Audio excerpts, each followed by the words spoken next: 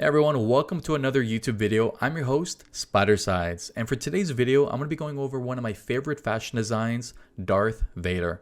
For all of the Star Wars fans out there, I hope I made you proud. The way these videos work is I go over all of the armor pieces and shaders that I would personally use, and then I also provide alternatives if need be. Now, if it's your first time here, welcome. Thank you so much for coming out, and be sure to stay to the end so that way you don't miss a moment, and then you could also see how these videos actually work. I make a ton of Destiny 2 fashion design videos on my YouTube and TikTok pages, and I post a lot of content on my Twitter and of course my website d2transmog.com. But without further ado, let's begin with the helmet. For the helmet, I go with the Masquerader's cowl.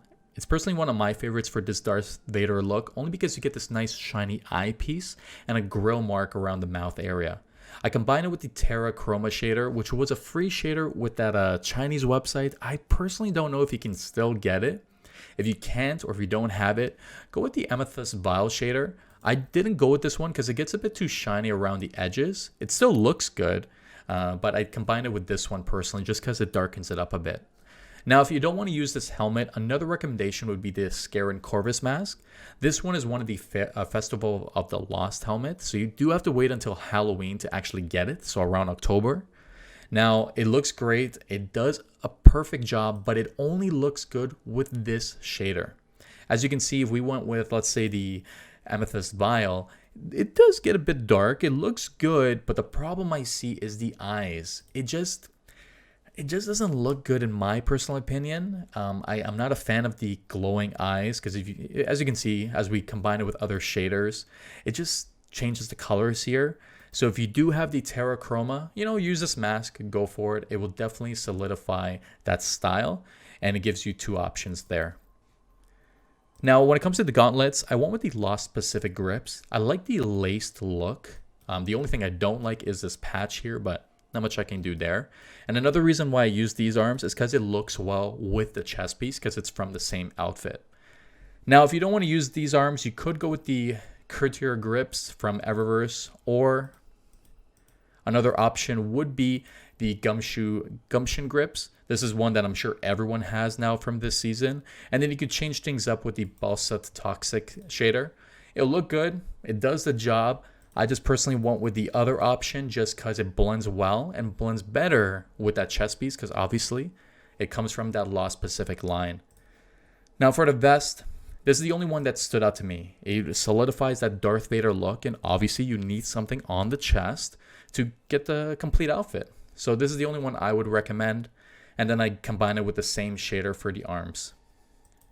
For the legs, you have different options. I'm going to be honest with you. You can really use anything. You can go with the gumshoe. You can still get the job done. It's up to you. There's not really a fixed legs piece that you should be using. I just went with the Phobos Wardenstrides just because you get this nice fabric and then the nice armor on the legs area. So I liked it, and then I combined it with the same shader. I think it looks pretty good. It blends well. The shape of the side of his stomach area going down to his legs seemed to work well, and it seemed to be meant for each other. So I don't know. It's my personal favorite, but totally up to you. For the class armor, I went with the Solstice Cloak Rekindled. I love this because it looks sinister-like. It goes over the helmet perfectly. You get that nice large cloak from the back. I know some people like the armored headpiece. So for example, if we went with, let me just throw one on here. Let's see here. Let's say we went with the North-like if you wanted to get like more of this helmet area. Or another option would be the Frost Vial Cloak. So that way, if we were to change this more of a black shader, you could go with that option. But the problem is you're not getting that big cloak. And I don't know about you, Darth Vader needs that. So personally, the only cloak I would recommend is the Solstice Cloak Rekindle. You could get it with the Techno Fusion to get this nice soft cloth-like material. Or just combine it with the same shader as everything else. So that way it still blends. I just personally prefer the other one just because it gets more cloth-like. So as you can see here, a bit shiny and seems to just flow a little bit better. So preference choice. Now, when it comes to the helmet, you could switch things up and go with the Mask of Bacchus. It's an option. This one here, it's the scene where he obviously loses his helmet or when he takes it off. So that's an option, and I combine it with the Dreaming Spectrum. There's a ton of shader options. I just went with this one here because it looks more skin-like, like in the movie itself. And then for the actual class armor, in case you want to showcase more of the head, you could go with the phenotype plasticity and then combine it with the same shader as the rest of the outfit. So if we went over here, as you can see, it looks good. It stands out. It really solidifies the Darth Vader outfit without that helmet. And then this piece kind of looks like a lightsaber. I know not exactly, but I don't know. I think it works well. You still get that big cloak in the back, and it really solidifies that overall look. So there's a few different options here. I hope you liked what you saw. If there's a certain character you want me to showcase next, be sure to let me know. I make a ton of these every single week.